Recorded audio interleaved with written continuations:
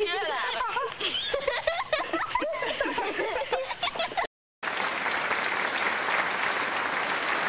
友们，大家好！今天2025年5月13号，那今天是我们的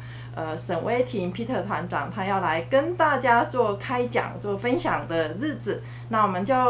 威婷已经在线上，我们就直接邀请威婷团长喽，麻烦你喽，威婷团长。好的，谢谢我们的主持人志颖团长，那还有他的工作团队。那这边呢，很荣幸啊，受邀来参与这一次的一个活动的一个经验分享。这边是家有 ADHD 的孩子跟童军团团集会的一个经验分享。那我大概先自我介绍一下，那个雅婷再麻烦一下哈。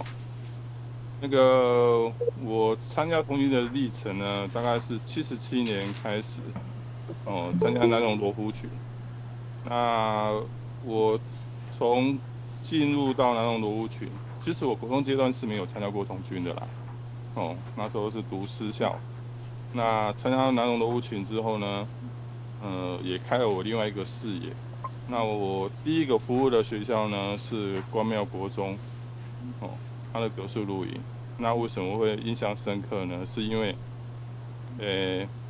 我以前读的班级呢，国中读的班级都是男生班，然后去服务的关庙国中呢，全部都是女生，连我的 partner 也是女生，然后老师也是女生，然后2天1夜的活动呢，很多传奇的故事，那以后再跟大家分享。那我的历程呢，我是经历过百里行义、千里行义，见习罗浮到寿险罗浮，那最后有担任过南榕罗湖群的群长，但是时间呢没有很长，就后来有离开，准备做升学。那服务的全国大陆营目前有第7次全国大陆营、第11次跟第12次。那服务的木章目前领有是，木章目前领有是辅导木章51期的辅导木章，跟行医24期的木章。那木屐的话就没有写了，我想说木屐还在学习中，就不用了。其实我木屐蛮早的啦，大概民国80年就已经有童子军的木屐基本训练。那时候是在商务团露营中心。那来桃园之后呢，之前有在桃园大成国小担任幼童军的副团长，然后后来就是去支援桃园航空城复制童军团之后呢，后来就直接接任的幼童军的团长职务。那后来现在接个行医团长跟接总团长，那目前的大概是这样子。那期间呢，在童军历程中，服务了很多的项目，不管是学校的营门搭设，或者是做佛教研习营的一个，资源跟服务。佛教研习营那时候刚好跟明光法师，那两年的他的在台南的一个研习活动，刚好跟他那时候认识。那中间也遇到了很多的一些贵人啊，我觉得是还蛮不错的一个历程啊。那特别是我在童军的那个历程阶段，是民歌时期最盛行，跟救国团最盛行的一个时期啊。所以那时候呢，跟雅婷的学姐静雅也是在那时候一起服务的时候认识的。所以种种的过程呢，那因为带了孩子很多元跟多项，那所以这次很荣幸呢，能够来去探讨这个 ADHD 的部分。OK， 那 ADHD 呢，为什么会这次会去探讨呢？因为其实在活动中，我们都常常遇到一些特殊的小朋友状况。那其实呢，我觉得 ADHD 呢，以医学来讲，它是表示注意力缺陷跟过度症啊。其实我是觉得他是一个人，就是他的情绪跟情感上的一个特质跟特色啦，我不会把它纳入到他所谓的病症或者是什么的。哦，那一般来讲，ADHD 来讲是指有过动或冲动或注意力有缺陷的行为，常常就是在学习上或是在他的表现上啊不尽如意啊。哦，那常常在家里、学校或是职场上，哦，那这边是没有所谓的职场啊，就是说他在学习的工作场域啦，哦，大概是长期性的有出现这样的状况，是这样子的话，他的行为呢，其实我是觉得这种小孩呢，在我们在童军的过程中呢，其实我们都是可以发现或注意到小朋友特别突出，哦，特别突出的。那 ADHD 会出现哪一些的行为模式呢？哦，首先呢，你会发现到他在课业上的表现可能不是很好，但是在团体会中我们是看不太出来啦。但是我们可以感觉到他在人际上关系就是比较会跟有些人冲突到。那其实像这种情况上哦，人际上的过程，有这样子特性的小朋友呢，其实在对父母或是对弟妹来讲是不会容易有这样的反应跟表现出来。那但是他在学校或是跟同学同才的时候呢，常常会有这种特色表现出来。那很多的像我上一次的团体会有发现到一个状况，就是男生忽然去打女生，哦，那其实这样子的话，就变成说爸妈很惊讶，说平常他家里面是不会有这样的行为，然后跟弟弟妹妹玩的相处都很好，怎么会跟其他的女伙伴这样忽然打起来？哦，这种情况是他也觉得不可思议。哦，所以说有时候不是在家里面可以观察出来这样的行为模式。那第二话就是他常常遭受到家里面的老师的责骂，或是父母的一些责骂。其实长期被责骂的小朋友，他的心理素质就是建设性会比较脆弱一点，就是会表现出他可能喜欢作怪。或是说你在团集会的过程中，他可能会突然间离席，觉得不好玩，我去玩我自己的，或是他看到什么东西吸引到他，他就跑开了。这些都是会有的。然后这边呢讲的就是合并呢，他在亲子关系上来讲的话，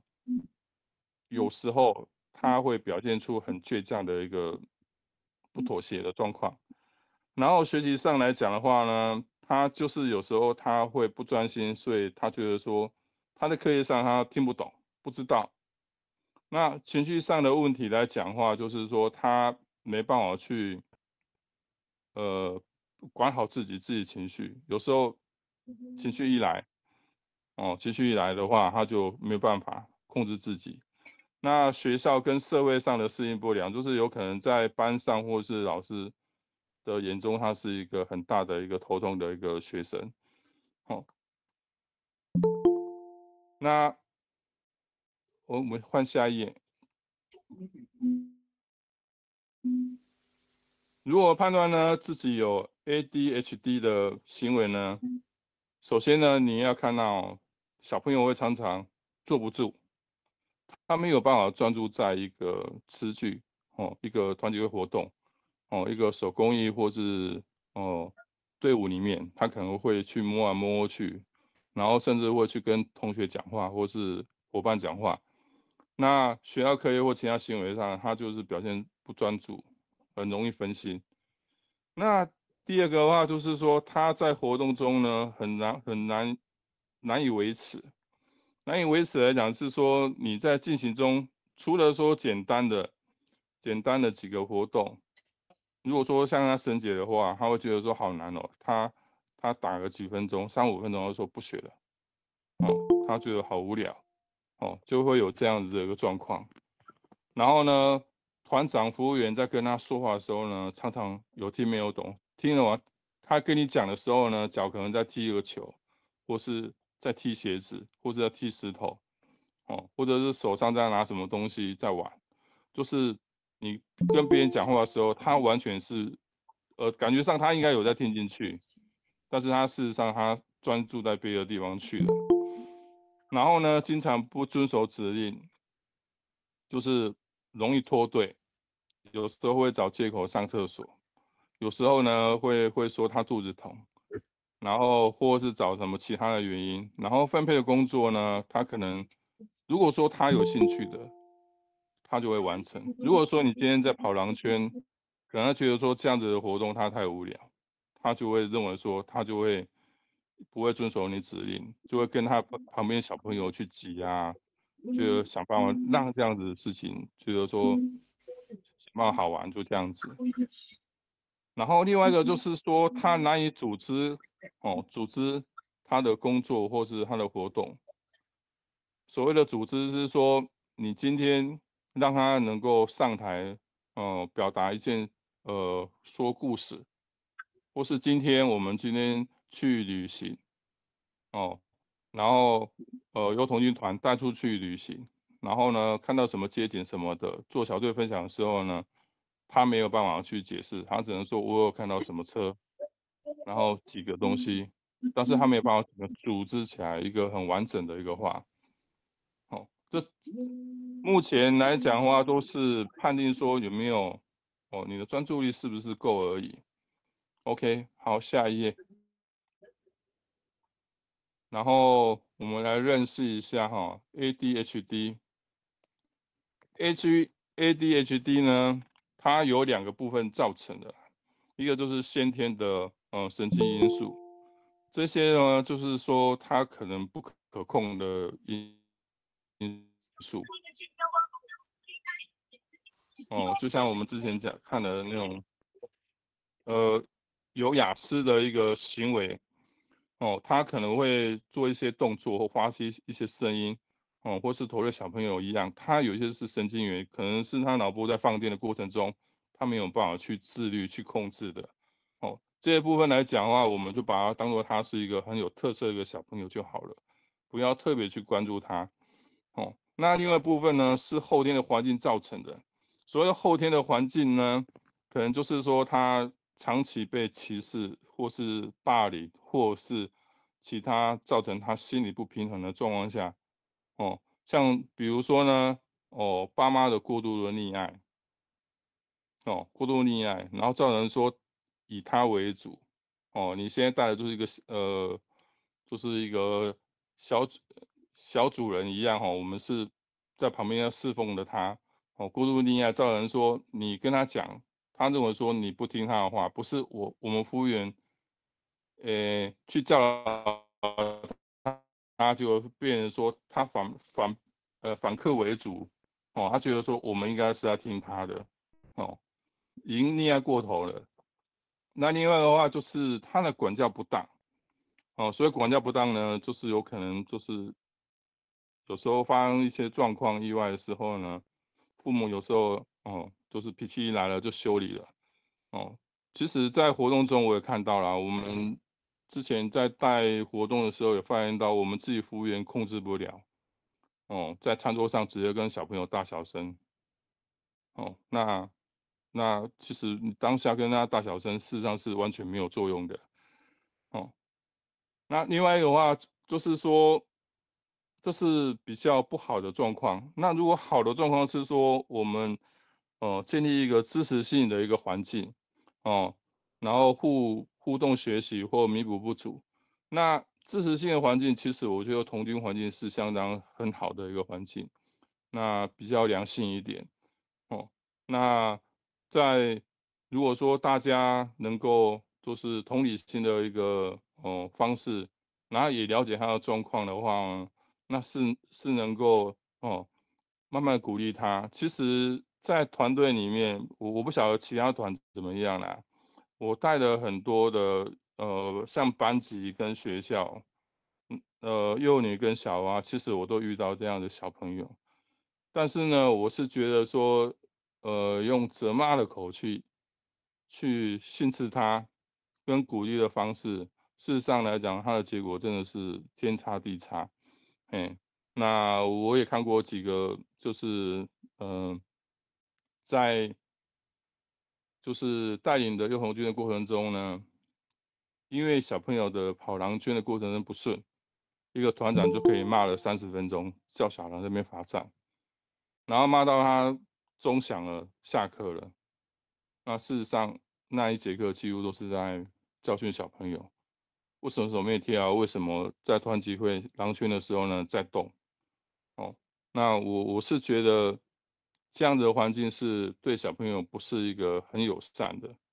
但是呢，相对来讲，我们在进行狼圈的时候呢，如果说有遇到这样的环境的小朋友的时候呢，我们可以先开始，先让他在旁边先观摩，先学习，等他可以接受之后，我们再慢慢带进去到里面去。哦，那然后互动学习是，其实这也是要家长跟服务员跟小朋友一起协助跟配合。哦，不是单单是家长完全不管，然后全部都丢到小朋友这边来。这边家长呢，跟服务员都扮演很重要的角色，在协助小朋友的部分。那弥补不足来讲的话是，其实呢，小朋友都是在错误中成长。那我是觉得说，他能够一次比一次更好，我们就要慢慢的接受跟鼓励他。是这样子。OK，然后换下一页。团集会呢，活动呢，小朋友的有 ADHD 的小朋友应该要如何处理？如果说我们在团集会进行中，然后我们跟团员在相处，或是说我们在做小对角的时候呢，甚至说我们家长知道小朋友有这样的一个特性的话，我们是希望小朋友家长能够提早提早告知我们团长或者服务员，小朋友有这样的一个状况，让我们先做好一个心理准备，或者是说心理的备案。这是第一个。那第二个呢，是团长跟服务员在活动中去观察。事实上来讲，其实有经验的团长跟服务员，对小朋友的行为跟表现上来讲，其实我们都可以观察得到。哦，当你的活动如果说是比较枯燥一点的，一个活动在安排跟进行，或者是说有趣的安排跟进行的时候呢，小朋友的笑容跟表现上，事实上都可以从照片上或是他当场的活动的表现上可以看得出来。是可以了解小朋友这种特性的。忽然间走开，忽然间暴怒，然后忽然间跟谁碰撞，然后可能在玩球过程中或游戏过程中发脾气、发飙。这过程中其实我们都会去了解。这样子。然后再来就是以家长的沟通，如果说真的是有 ADHD 的小朋友的话，有这样特性的小朋友的话，首先呢要跟家长沟通，或是家长跟服务员跟团长沟通。然后呢，如果说团长知道了或服务员知道了，会请家长在旁边协助。万一真的是有状况出现的时候呢，能够适时的去协助。但是呢，有时候呢，家长在的时候呢，他反而会更倔强。这时候也就是要变成服务员跟家长出面。如果说一定是要家长去出面的话，那我们就是要由爸妈去安抚他。哦，然后家长跟服务员呢，其实童军有一句话，我们平常在做的就是准备。团长跟服务员呢，就是要做好预言的一个冲突的准备。今天小朋友两个打架了，或是两个玩游戏过程中，因为不服谁，然后脚一踢，另外一个小朋友受伤了。这时候呢，我们要怎么去处理？这是有一些状况我们可以先做事先的预演，然后让整个活动中进行，或者是说今天小朋友情绪上忽然就发飙，大哭大闹，然后不想这样做，不想这样配合的时候呢，那家长怎么去安抚，或是服务员怎么去做，这些都是我们可以去思考的，去处理这样的事情。好，下一个 ADHD 跟其他小朋友发生状况，这是在团体会经常发生的哈。如果说真的是发生冲突，如果说是打架、吵架，或是情绪过动的激动的话，那如果说我们现在在活动进行一个游戏，那遇到这种情况的话呢，我们就要立即停止该活动进行。然后呢，再呢就是把它做分开处理，安抚双方的情绪，然后呢，这边我有标示红色的区域的话，就是说，请勿火上加油。其实呢，在小朋友发生状况的时候呢，家长就会看到说，我看到谁打他，然后谁踢他一脚，然后谁做怎样不好的动作，攻击他或怎么样，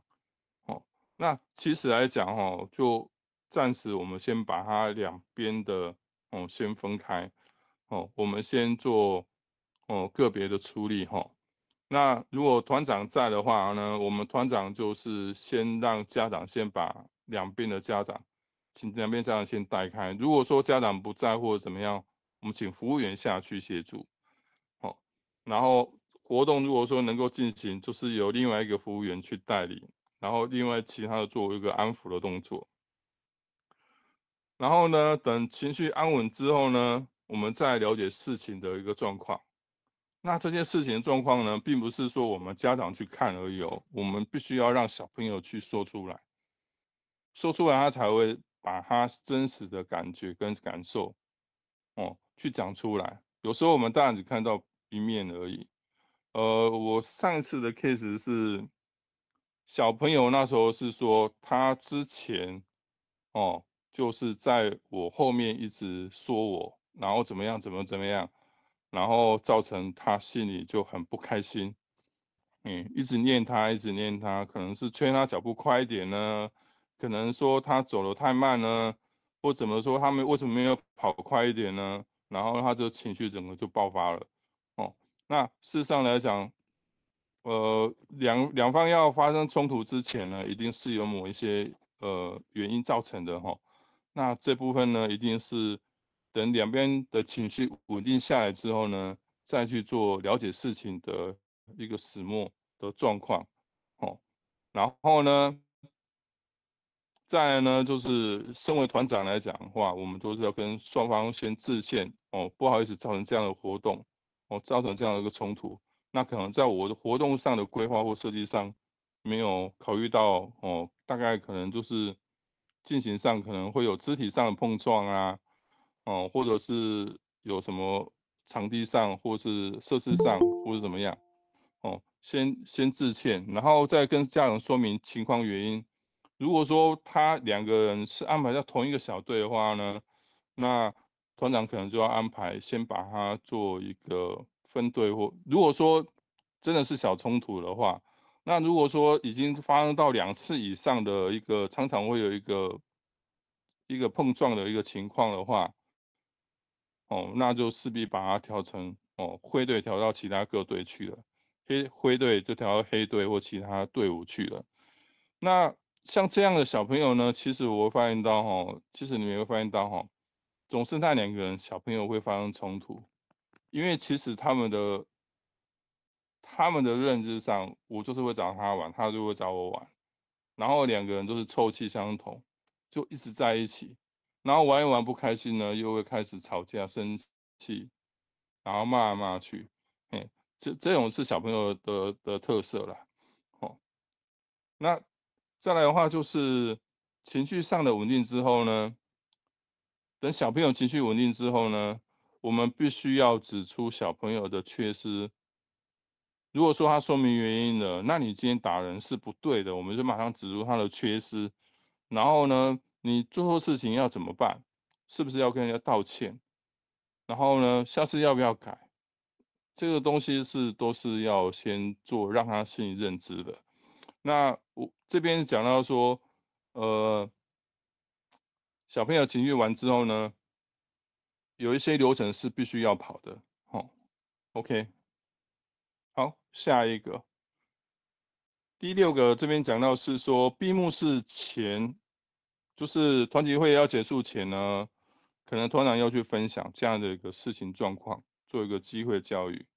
那也让家长第一个知道，我们不会去忽略今天小朋友的一个吵架事情。好，那第二是我们团长会做一个调整，把2个小朋友做一个分队调整。也让家长也知道说，我们事实上有在做这样的事情跟处理，然后呢，也要让小朋友当面出来做一个道歉，道歉，知道说他们这样的行为是错误的，在团体里面是不可以这样做的。OK，那接下来呢，孩子呢是需要支持跟鼓励的。在错误中成长，其实像我们家小朋友也是一样啊，常常犯错。但是呢，其实我觉得他在童军的加入之后呢，也是有在慢慢的成长跟进步的。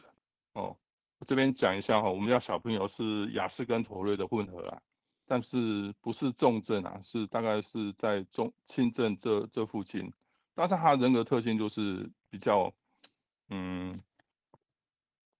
状况也不少，抱怨也是很多。但是呢，其实我发现到，你只要团集会设计的对他胃口来讲的话，他是很热衷会去玩那一些的活动的。OK，那再来鼓励呢？鼓励取代责骂。开始呢，我不晓得小朋友状况的时候呢，我也是会骂，但是我的原则上我是事不过三啊。我前3次我都会跟他训话，不能这样做，不能这样做。第3次我就开始骂了。可是我发现到骂的过程中，好像他会越来越皮。那但是呢，我转一个方式来讲，你今天表现不错，就像他这次成绩考了，我看他有几科考100分跟99分，当然也有考个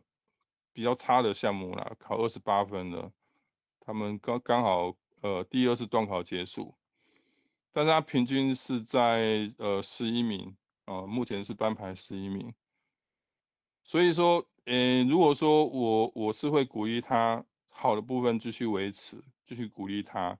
但是不好的部分呢，去加强的部分，像英文部分，他如果考得比较差，但是我会跟他讲说，你还是有机会去加强你的语言能力或什么，未来你要去国外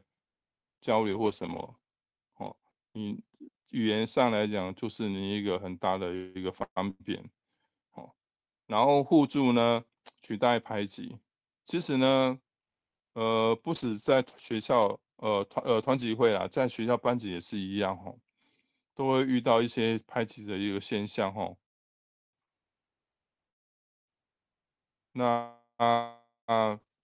其实团体里面免不了大圈圈，大圈圈里面有很多小圈圈，其实我们大家都知道。但是呢，所有的小圈圈跟大圈圈能够团结起来来讲的话，这个团体就是非常棒的团体了。OK，然后呢，我们的 ADHD 的经验分享呢，这边讲到的是冲突发生呢，不要讲道理。其实我还有一个身份是学校的志工队队长。我上一次去学校开会的时候呢，门口一个家长跟小朋友，然后我听警卫讲说他已经对峙了快1个小时了。然后后来我稍微去关切一下之后呢，我发现到那个小朋友，一个是女生，小5的女生，她只是因为同学答应她要跟她去图书馆看书，结果他们好几个同学都没去，他就现场发飙了，然后在校门口跟他妈妈僵持不上车，然后后来我就跟他讲说，然后那时候闹得很僵，我就去跟他讲说，妹妹的情绪现在还是很高涨嘛，还是很大嘛。其实我发现到那一天情况是妈妈的一直要求她配合她做的事情，然后妹妹反而是说她想要去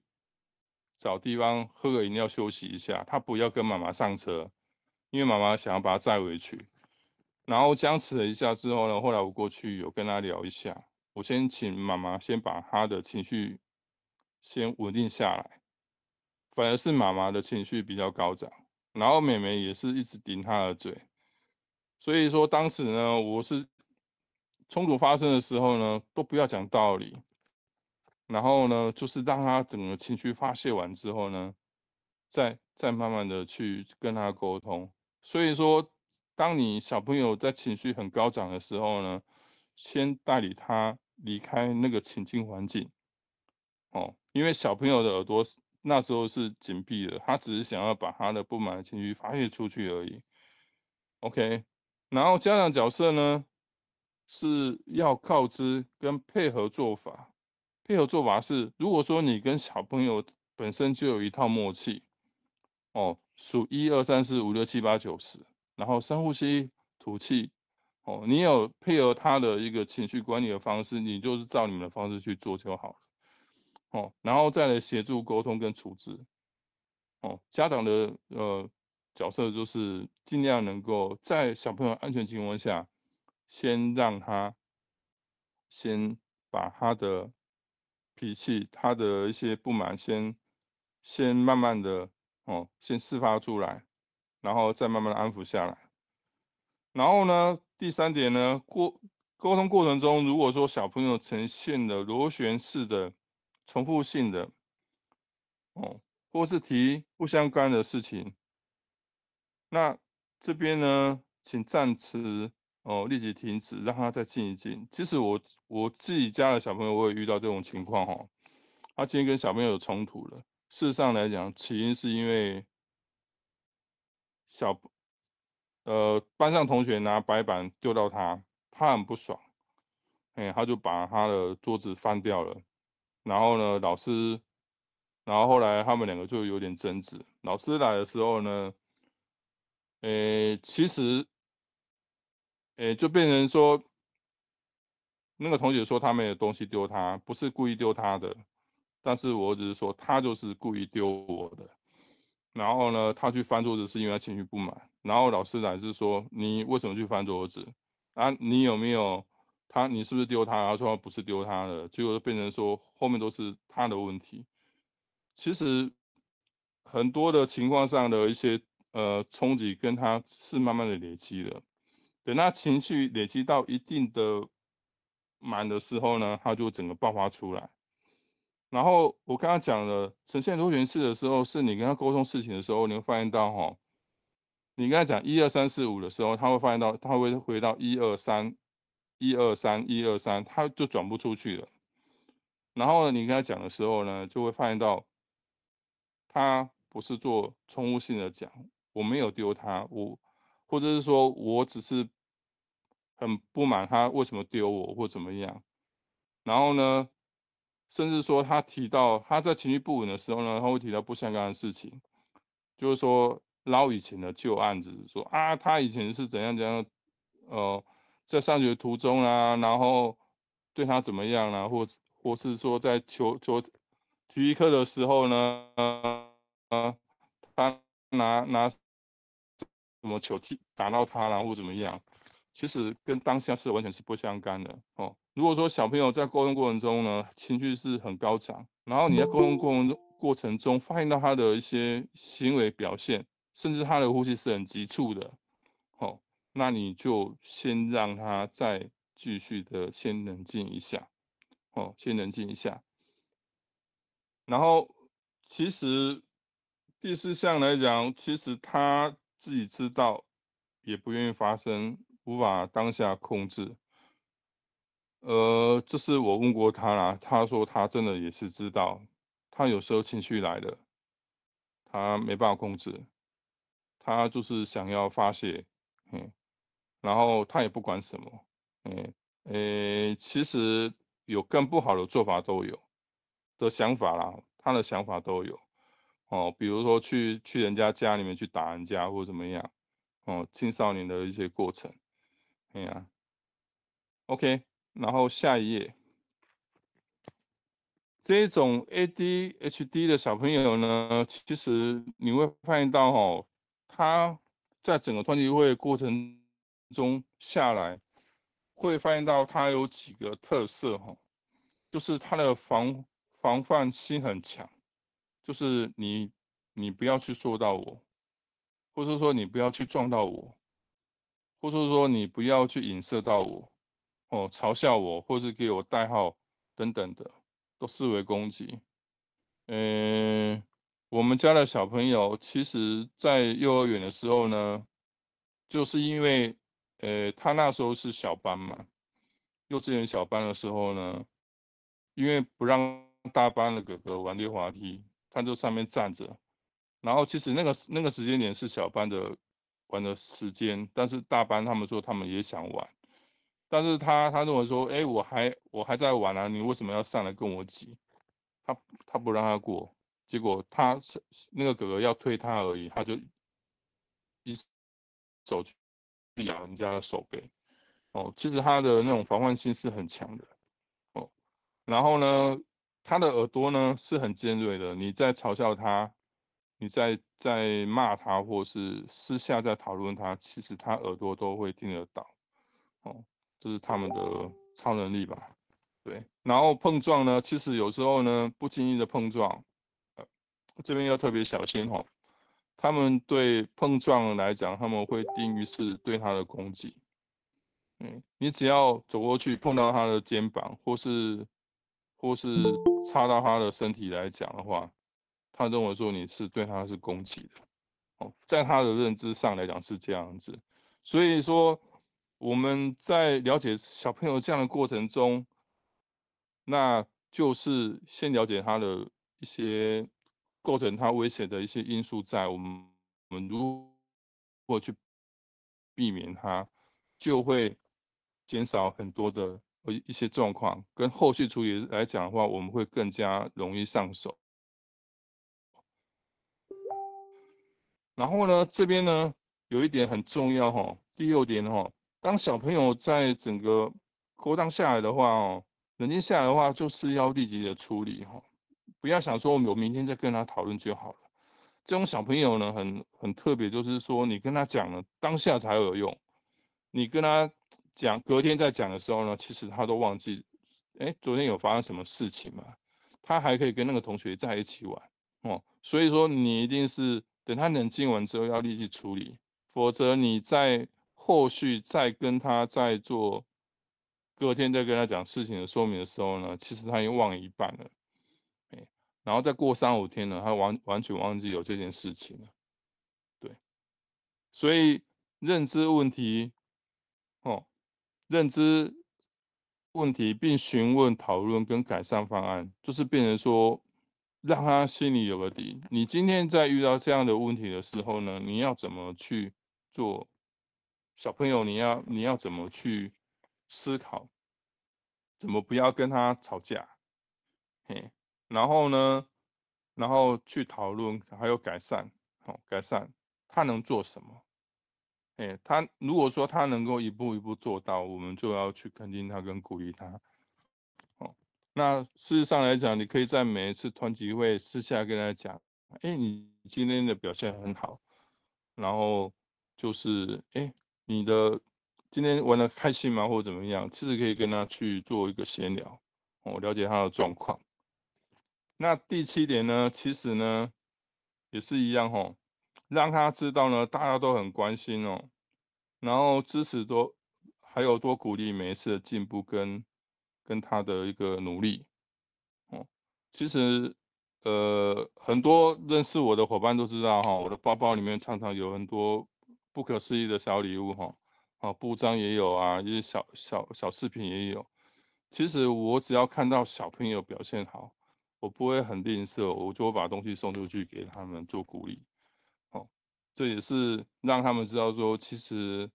团长呢，服务员呢，其实大家都很关心你们的一个，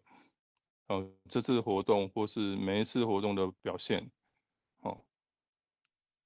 ，OK，那后面呢，就是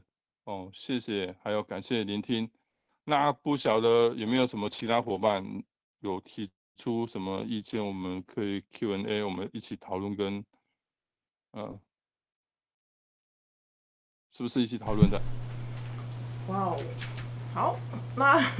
我们谢谢。40分钟吧，没有错吧？时间抓的超准的，他太强了，太强了，太强了！这是我们的集会组哈，集会组的高手。好，那各位伙伴，就是接下来我们待会呢，我们会让威霆团长跟大家就是做很好的交流。那这时间点呢，非常感谢大家就是一起上线来聆听，就是那个威霆团长的分享哈。那是不是大家这时间点可以把镜头打开？我们先跟威霆团长合影一下，那待会剩下时间会给大家。来，好，好哦，来哦。有人说他是小朋友哈，不管是大人小朋友都很好哈，愿意上线来一起成长。好 ，OK 吗？有没有？还有没有要开镜头还没开的？这边准备要拍照喽。好，给我一点时间哈，我先用我的单眼先拍一下哈。先试一下哦。好，各位，我们来看这里，3、2、1，确认一下哈。